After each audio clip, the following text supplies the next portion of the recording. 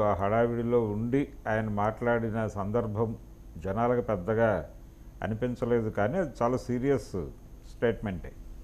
అమరావతిలో పాతేస్తాం పూడ్చేస్తాం లెవెల్లో ఆయన మాట్లాడటం అనేది. ఇక వీటితో పాటు ఇంకా మిగిలిన అంటే ఆంధ్రప్రదేశ్ అంశాల్లో కనుక వస్తే ఒక పిఠాపురం ఎపిసోడ్ మీరు చూశారు. అక్కడ కూడా అంటే రిలీఫ్ మెజర్స్లో జనసేన చాలా యాక్టివ్గా ఇన్వాల్వ్ అవుతోంది. అన్ని చోట్ల అన్ని ప్రాంతాల్లో ఎక్కడ వరద ఉంది లేకపోతే ఎక్కడ సహాయం అవసరం అనే దగ్గర అండ్ చాలా చూజీగానే మాట్లాడుతోంది. ఆయన సమీక్షలు కూడా పవన్ కళ్యాణ్ గారి సమీక్షలు కూడా రిజల్ట్ ఓరియంటెడ్ సమీక్షలు రివ్యూస్ ఆయన చేసుకుంటూ వస్తున్నారు. ఒక రెండు వైపులా చూస్తే ఏంటంటే ఆయన మీద ఏదో కావాలని ఉద్దేశపూర్వకంగా నిందలేయటమే కానీ ఆయన చెప్పింది వాస్తవమే కదండి. ఏది ఇప్పుడు ఆయన జనంలోకి వస్తే అంత వరదల్లో అటెన్షన్ డ్రా అవుతుంది, అనవసరంగా రిలీఫ్ మెజర్స్కి ఇబ్బంది కలిగే సూచన ప్రెజర్ అవుతుంది. దాన్ని కూడా వీళ్ళు రాజకీయం చేసి మాట్లాడేంత వరకు కరెక్ట్. అంటే పవన్ కళ్యాణ్ బయటకు రావడం లేదు, ఆయన గదికే పరిమితం వచ్చేవరకు అంటారు, వచ్చిన తర్వాత మళ్ళీ ఇదే అంటారు. ఆయన చెప్పాడు ముందే, నేను ఈ ఉద్దేశంతోనే బయటకు రావడం లేదు అని చెప్పాడు. ఆయన చెప్పడం మాత్రమే కాదు, చంద్రబాబు నాయుడు కూడా చెప్పాడు. అది చెప్పి తను బయటకు వస్తే అభిమానుల తాకిడి ఉంటుందనే ఉద్దేశంతో తను అక్కడ కూర్చుని మానిటర్ చేస్తున్నారు, ఆయన పర్యవేక్షిస్తున్నారు.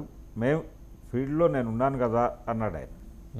ఫీల్డ్లో నేనున్నాను, తను అక్కడ కూర్చుని మానిటర్ చేస్తున్నాడు, తప్పేమిటి అని చంద్రబాబు కూడా ఈ ఇష్యూని అడ్రస్ చేశాడు, వీళ్ళ వైపు నుంచి వస్తున్నటువంటి విమర్శని.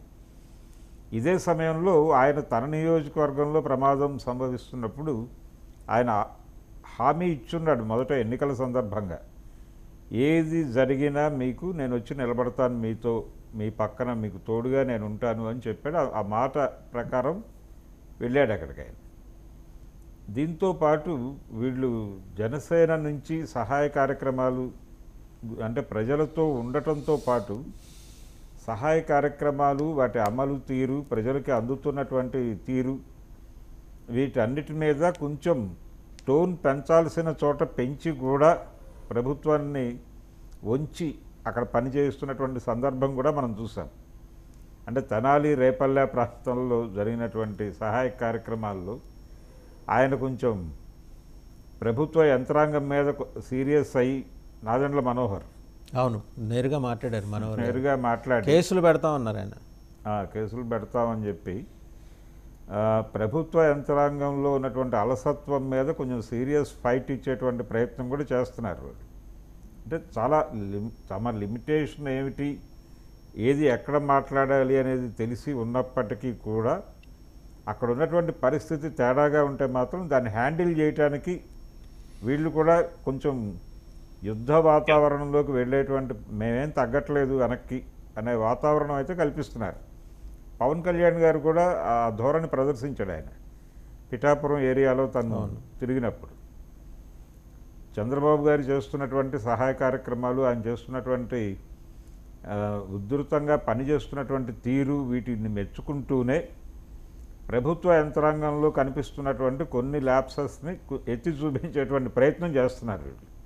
అది ఉపయోగకరమే, అది లేకపోతే ప్రమాదం. అంటే దాన్ని వీళ్ళు సీరియస్ ఇండికేషన్గా తీసుకోవాలి. ఇతర పెద్దలు తీసుకుని యంత్రాంగాన్ని కొంచెం కదిలించాలి. అలాగే ఆయన శాఖలకు సంబంధించినటువంటి యంత్రాంగాన్ని అయితే ఆయన అప్రమత్తంగా ఉంచారు. సీరియస్గా వాళ్ళ మీద ఆ ప్రెజర్ ప్రతి చోట స్ట్రైట్ వైడ్గా ఉన్నటువంటి గ్రామీణ ప్రాంతాల్లో ఆయన ఈ పంచాయతీరాజ్ వ్యవస్థలు వీటన్నిటిని అయితే యాక్టివిటీలో ఉంచి చేస్తున్నారు. వరద సహాయక కార్యక్రమాల మీద డెడికేటెడ్ సర్వీస్ అయితే అందిస్తున్నారు. అండ్ ఇన్ఫ్యాక్ట్ ఆయన ఒక మోడల్ సెట్ చేశారంటే చూడాలి, మిగిలిన శాఖల మంత్రులు అలాగే మిగిలిన రాష్ట్రాల్లో కూడా ఈ తరహా పాజిటివ్ పాలిటిక్స్ ప్రమోట్ కావాలి. Thank you very much.